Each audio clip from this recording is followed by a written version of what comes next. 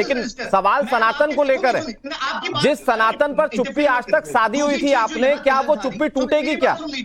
मैं अभी जो है, जो यहाँ पे धार्मिक गुरु बैठी हुई हैं, हाँ। क्या इन बातों के ऊपर वो क्या विरोध नहीं सर, आप ठीक है, आप अपनी बात कहिए। मेरा सवाल सनातन को लेकर है, आप मुद्दे पर नहीं आ रहे। सैफ खान, फेवर होगा और साथ सैफ खान, आप मुद्दे पर नहीं आ रहे। यहाँ पे सवाल है सनातन विरोधियों के साथ मिलकर चुनाव लड़ेंगे, जिनके लिए तो क्या बोलेंगे उनके खिलाफ? अब रुक जाइए, मैं आपको बता सर, मैं कह रहा हूँ ना, मुद्दे पर आइए, इतना वक्त नहीं होता सर।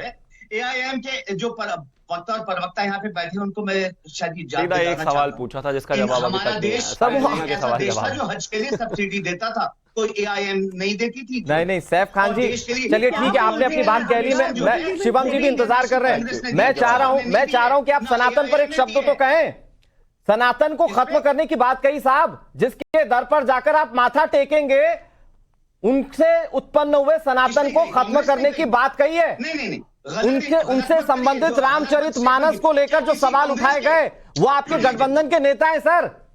आप कब बोलेंगे? निषाद ने तो ये कहा है, और उत्तर प्रदेश में सरकार चला रहे हैं, ये कहा भगवान राम जो है राजा दशरथ के बेटे। आपके पास जवाब नहीं है शिवम जी। Thank you. मैं बस एक ही चीज कहना चाहता हूं कि मैंने बड़े आराम से उनको सुना, तो आशा है कि वो भी पूरे आराम से ही सुनेंगे। बड़ी प्रैक्टिक, पहले तो देखिए झूठ कहां से शुरू करते हैं। एक चीज बताइए, 11 दिसंबर 1995 को टाइम्स नाउ नवभारत था क्या? अरे कुछ भी कहते रहते हो, तैयारी तो किया करो कम से कम। इनको प्लीज कहिए बीच में ना बोले, बीच में ना। ये देखिए क्या है। नहीं अनुराग जी, आपको इनको रोकना पड़ेगा। जब ये लगातार बोल रहे थे, कोई बोला इनके बीच में। हालांकि इन्होंने 100 में से 99 चीजें नकली, फर्जी कही, बिल्कुल झूठ, लेकिन फिर भी नहीं बोले हम, इसलिए कि चलिए ठीक है, बोल लेने दीजिए। अब मेरे को बोल लेने दीजिए। पहली बात तो मेरे मित्र सुन लीजिए ना प्लीज, इनको कहिए आपको रोकना पड़ेगा। सैफ भाई उनको, सैफ भाई प्लीज, वक्त बहुत लिमिटेड होता है सैफ भाई। अब इनको प्लीज सैफ भाई, मैं ऑडियो आपकी नीचे कराना पड़ेगा, कोई ऑप्शन नहीं है। मैं आपको बता रहा हूं क्योंकि उनको आदत है ना रुकने की, वही होता है ना। मैं कह रहा हूं कि बीजेपी को सुन लेते हैं। आपकी बात कही, पहली बात तो 11 दिसंबर 1995 को टाइम्स नाउ नवभारत था नहीं, तो कृपया करके गेट योर फैक्ट्स राइट। फिर ये आप इनको रिक्वेस्ट, मैं इनसे रिक्वेस्ट करना चाहता हूं, प्लीज मुझे बीच में बहस में नहीं फंसना। उन्होंने अपने समय पर जो बोलना था बोल दिया, अब उनको कहिए कि वो रुक जाएं। ठीक है प्लीज, ठीक है आगे शिवम जी, थैंक यू। मैं सिर्फ एक ही चीज कहना चाहता हूं, नहीं लेकिन आप इनको रोकेंगे तो सही कि नहीं रोकेंगे? आप चाहते हैं कि मैं उनके बीच में बोलूं? मैं तो नहीं बोला उनके बीच में। ठीक है, बड़ा विषय बहुत साफ है, बहुत क्लियर है कि इनके पास डेटा है नहीं, इनके पास तथ्य है नहीं, इनके पास ज्ञान है नहीं। इन्हें शायद इस बात का पता नहीं कि इंडिया अलायंस वालों ने क्या कहा है, इनको शायद पता नहीं कि घमंडिया अलायंस वालों ने क्या कहा है, इनको शायद पता नहीं कि सीनियर खड़गे ने कहा था कि अगर भारतीय जनता पार्टी और मोदी जी फिर से आ गए तो इस देश में सनातन का राज आ जाएगा। इनको शायद पता नहीं कि जूनियर खड़गे ने यह कहा था कि सनातन जो है, जो भी धर्म इनइक्वालिटी सिखाता है वो गलत है, कुष्ठ रोग है। इन्हीं के अलाय ने कहा था कि सनातन जो है कोरोना है, इन्हीं के अलाय ने कहा था सनातन जो है मलेरिया है, इन्हीं के अलाय ने कहा था कि रामचरितमानस बैन होना चाहिए, वो गलत चीजें। इन्हीं के अलाय ने कहा था कि रामचरितमानस की जो पंक्तियां हैं वो गलत हैं। ये सनातन पर मैं मानता हूं, ठीक है भाई, आपकी मजबूरी है। देखिए पिछली 2 मिनट से विंडो बंद थी, बावजूद उसके ये आदमी बोले जा रहा है। इमेजिन करिए, मतलब इतना वर्बल डायरिया है कि पता है विंडो बंद है, आवाज नहीं जा रही, फिर भी लगातार बोले। विंडो जैसे ही खोली फिर से बोलना शुरू हो गए। सुन लीजिए भाई, थोड़ा ज्ञानवर्धन होगा। तो जाहिर बात है उन बातों पर इनके पास जवाब इसलिए नहीं है क्योंकि जवाब दे नहीं सकते। फिर से शुरू हो गए। आप इनको जरा सा बेंच करिए और उसके बाद लगातार। सैफ भाई सुनिए ना मेरी बात। अरे भाई इतना अच्छा बोलना आता है, थोड़ा राहुल गांधी को भी सिखा दो भाई। वो जो भी करते हैं, जब भी बोलते हैं गलत ही बोलते हैं।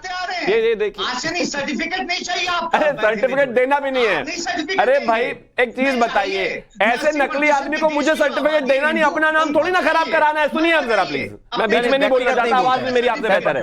सो बड़ा विषय बहुत साफ है। सनातन पर जिस तरह की टिप्पणियां कांग्रेस और खास तौर पर घमंडिया अलायंस की तरफ से रही है, उन टिप्पणियों को देखते हुए आज अगर वो जाते हैं, आज अगर वो कहते हैं कि राम मंदिर, तो पता है राम मंदिर क्यों जाना है भाई? राम मंदिर इसलिए जाना है क्योंकि जो है इलेक्शंस हैं। राम मंदिर इसलिए जाना है क्योंकि हिंदुओं को मैनिपुलेट करना है। राम मंदिर इसलिए जाना है क्योंकि शायद हो सकता है कि अगर एक बार भगवा पहनेंगे तो कुछ दिखाई दे जाए। लेकिन ये आपका अनसक्सेसफुल रेट है कि आप पिछले 20 मिनट से इस व्यक्ति को पर्टिकुलरली रोक नहीं पाए। नहीं ठीक है, अजीब बात है भाई। वो भी मेरे मुझे सम्मान है उनका, लेकिन उनको अपना सम्मान है कि नहीं? देखिए एक मिनट, पिछले 25 मिनट में आप कम से कम मेरी दरख्वास्त तो मानेंगे। मैंने आपको अच्छा खासा बोला, राहुल गांधी की दरख्वास्त नहीं मानते और किसी ने भी नहीं बोला आपके वक्त में। सर आप प्लीज डिबेट को चलने दीजिए।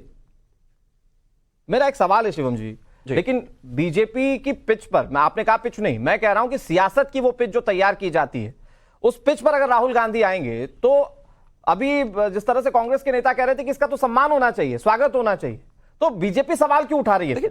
राहुल गांधी भगवान की तो दर्शन करने जा रहे हो, राम तो मैंने आपको एक चीज कही कि इस धरती पर अगर कोई मरा मरा भी कहता है तो उसका भी राम राम ही लगता है और उसको भी मुक्ति मिलती है या फिर उसकी भी गति होती है। हमें कोई परेशानी नहीं है, वो मंदिर में आए, वो पूजा करें, वो बेहतर है। हनुमान चालीसा पढ़ना सीख ले, रामचरितमानस थोड़ा सा पढ़ ले, तो हो सकता है शायद जो उनके जिस तरह के विचार है, थॉट प्रोसेस है, सुधर जाए। लेकिन ये जो ड्रामा करने वाला एक कला है ना, कि आप पहले तो मंच पर जाकर गाली दे दो। पिछले 3 महीने से तो इन्होंने एक वॉर छेड़ रखी है सनातन के खिलाफ। पिछले 3 महीने से तो एक भी नेता पर राहुल गांधी ने फोन करके ये नहीं कहा कि ये मत बोलो मैं भी हिंदू हूं। पहले कभी कभी वो अपने आप को दत्तात्रेय ब्राह्मण बता भी देते थे, लेकिन अब तो गालियां भी उन्हीं की पार्टी और उनके अलायंस वाले दे रहे हैं। जब आप लगातार गाली देकर और जैसे ही चुनाव आता है वैसे ही किराए की धोती खरीद कर पहुंच जाओगे मंदिर में, तो सवाल उठेगा। उनकी इंटेंशन नहीं है, मजबूरी है उनकी, उनको पता है कि अगर नहीं मंदिर जाएंगे तो दूसरे मेहमानों के पास जाऊंगा। साहब भाई जवाब दे दीजिए, 10 सेकंड का वक्त है आपके पास।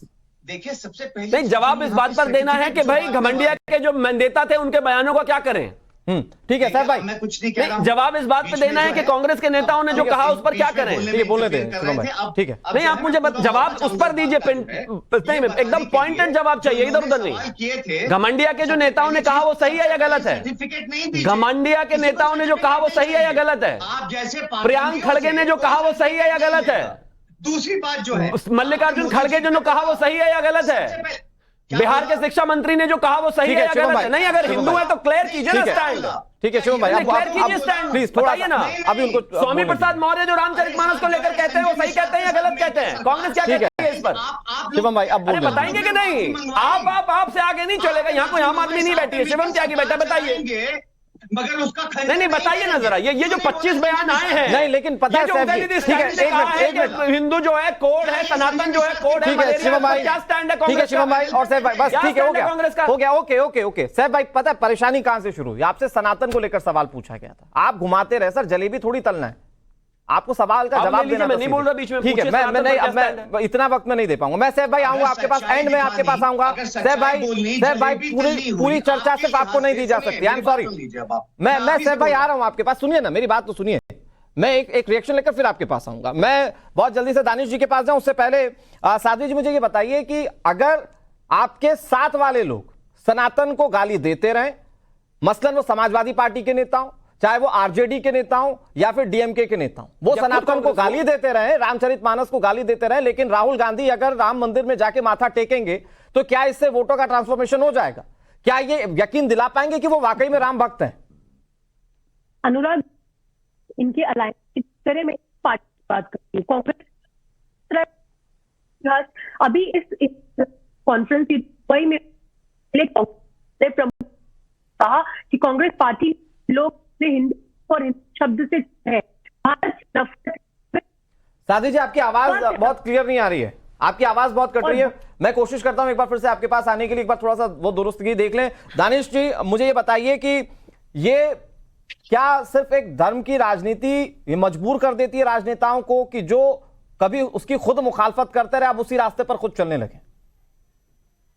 देखिए, मैं समझता हूं कि बैरिस्टर असदुद्दीन ओवैसी साहब ने बहुत साफ तौर पे कहा है कि आप अगर हिंदुत्व का मुकाबला हिंदुत्व से ही करना चाहते हैं तो फिर देश के बाकी लोगों का क्या होगा, कहां जाएंगे, ये बिल्कुल साफ तौर पे कहा। और जिस बात की जिस प्रकार की राजनीति भारतीय जनता पार्टी कर रही है उसी तरफ आगे बढ़ने का काम इस तरफ कांग्रेस भी कहीं ना कहीं नजर आ रही है। तो मुझे ये बताइए कि जो मुकाबला करने की जरूरत है, देश की जो एक्चुअल परिस्थितियां हैं उन पर बात करने के बजाय अब होड़ ये मची है कि बड़ा हिंदू कौन है, मोदी जी बड़े हिंदू हैं या राहुल गांधी बड़े हिंदू हैं, ये जो होड़ मची है।